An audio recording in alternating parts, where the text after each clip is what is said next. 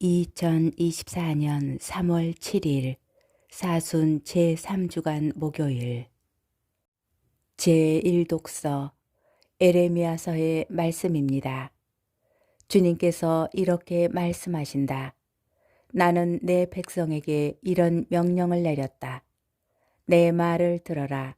나는 너의 하느님이 되고 너희는 내 백성이 될 것이다. 내가 너희에게 명령하는 길만 온전히 걸어라. 그러면 너희가 잘 될 것이다. 그러나 그들은 순종하지도 귀를 기울이지도 않고 제멋대로 사악한 마음을 따라 고집스럽게 걸었다. 그들은 앞이 아니라 뒤를 향하였다. 너희 조상들이 이집트 땅에서 나온 날부터 오늘에 이르기까지 나는 내 모든 종들 곧 예언자들을 날마다 끊임없이 그들에게 보냈다. 그런데도 그들은 나에게 순종하거나 귀를 기울이지 않고 오히려 목을 뻣뻣이 세우고 자기네 조상들보다 더 고약하게 굴었다. 내가 그들에게 이 모든 말씀을 전하더라도 그들은 내 말을 듣지 않을 것이고 그들을 부르더라도 응답하지 않을 것이다. 그러므로 너는 그들에게 이렇게 말하여라. 이 민족은 주 그들의 하느님의 말씀을 듣지 않고 훈계를 받아들이지 않은 민족이다. 그들의 입술에서 진실이 사라지고 끊겼다. 주님의 말씀입니다. 복음 루카복음 11장 14절에서 23절의 말씀입니다. 그때 예수님께서 벙어리 마귀를 쫓아내셨는데 마귀가 나가자 말을 못하는 이가 말을 하게 되었다. 그러자 군중이 놀라워하였다. 그러나 그들 가운데 몇 사람은 저자는 마귀 우두머리 베엘제불의 힘을 빌려 마귀들을 쫓아낸다 하고 말하였다.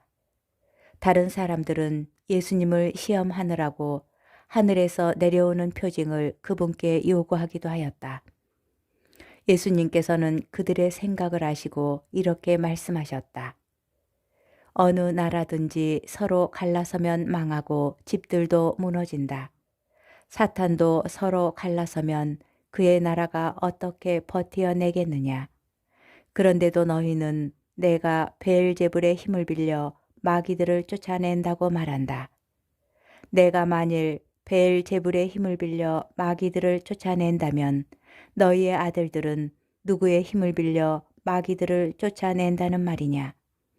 그러니 바로 그들이 너희의 재판관이 될 것이다. 그러나 내가 하느님의 손가락으로 마귀들을 쫓아내는 것이면 하느님의 나라가 이미 너희에게 와 있는 것이다. 힘센 자가 완전히 무장하고 자기 저택을 지키면 그의 자산은 안전하다. 그러나 더 힘센 자가 덤벼들어 그를 이기면 그 자는 그가 의지하던 무장을 빼앗고 저희끼리 전리품을 나눈다. 내 편에 서지 않는 자는 나를 반대하는 자고 나와 함께 모아들이지 않는 자는 흩어버리는 자다. 주님의 말씀입니다. 오늘의 묵상. 오늘 독서와 복음은 서로 대조되는 두 존재를 중심으로 전개됩니다. 듣지 않아서 말이 끊기게 된 이스라엘과 말을 못하였지만 이제는 말을 하게 된 벙어리가 그들인데 이들을 연결시키는 주제는 소통입니다. 복음의 본문은 마귀가 나가자 말을 못하는 이가 말을 하게 되었다 라는 문장으로 말을 못하게 된 것, 곧 듣지 못해서 말까지 못하게 된 것이 악의 일이었음을 분명히 합니다. 이렇게 악의 일이 듣지 못하게 하고 말하지 못하게 하여 결국 소통을 방해하는 것이라면 예수님의 일은 듣게 하고 말하게 하여 소통을 되찾아 주시는 것입니다. 그런데 사람들은 이러한 예수님의 일이 하느님이시기 때문에 가능한 것인지 아니면 악, 베엘제불, 즈불론의 바알의 힘을 빌려 하는 것인지 궁금해합니다. 그러자 예수님께서는 다음과 같은 논지로 답을 주십니다. 어떤 나라가 가정도 분열되면 망하는데 만일 악의 최고 존재인 베엘제불이 또 다른 악을 쫓아낸다면 그것은 악의 분열을 자체한 것이니 너무도 분명한 모순이 됩니다. 그러니 악을 쫓아내시는 예수님의 일은 하느님의 일인 것입니다. 소통이 되지 않는 상태, 무엇보다도 하느님과의 소통을 무력화하는 것이 악의 일입니다. 만일 어떤 사건이나 상황이 내 삶을 무너뜨리고 피폐하게 만드는 느낌이 든다면 분열과 교란으로 우리를 붕괴시키는 악의 속성을 떠올려야 합니다.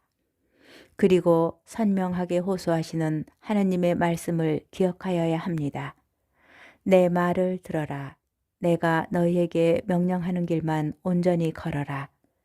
하느님의 말씀을 듣고 그분과 소통하며 알려주시는 길을 의연히 걸어갈 때 우리는 반드시 구원에 이르게 될 것입니다.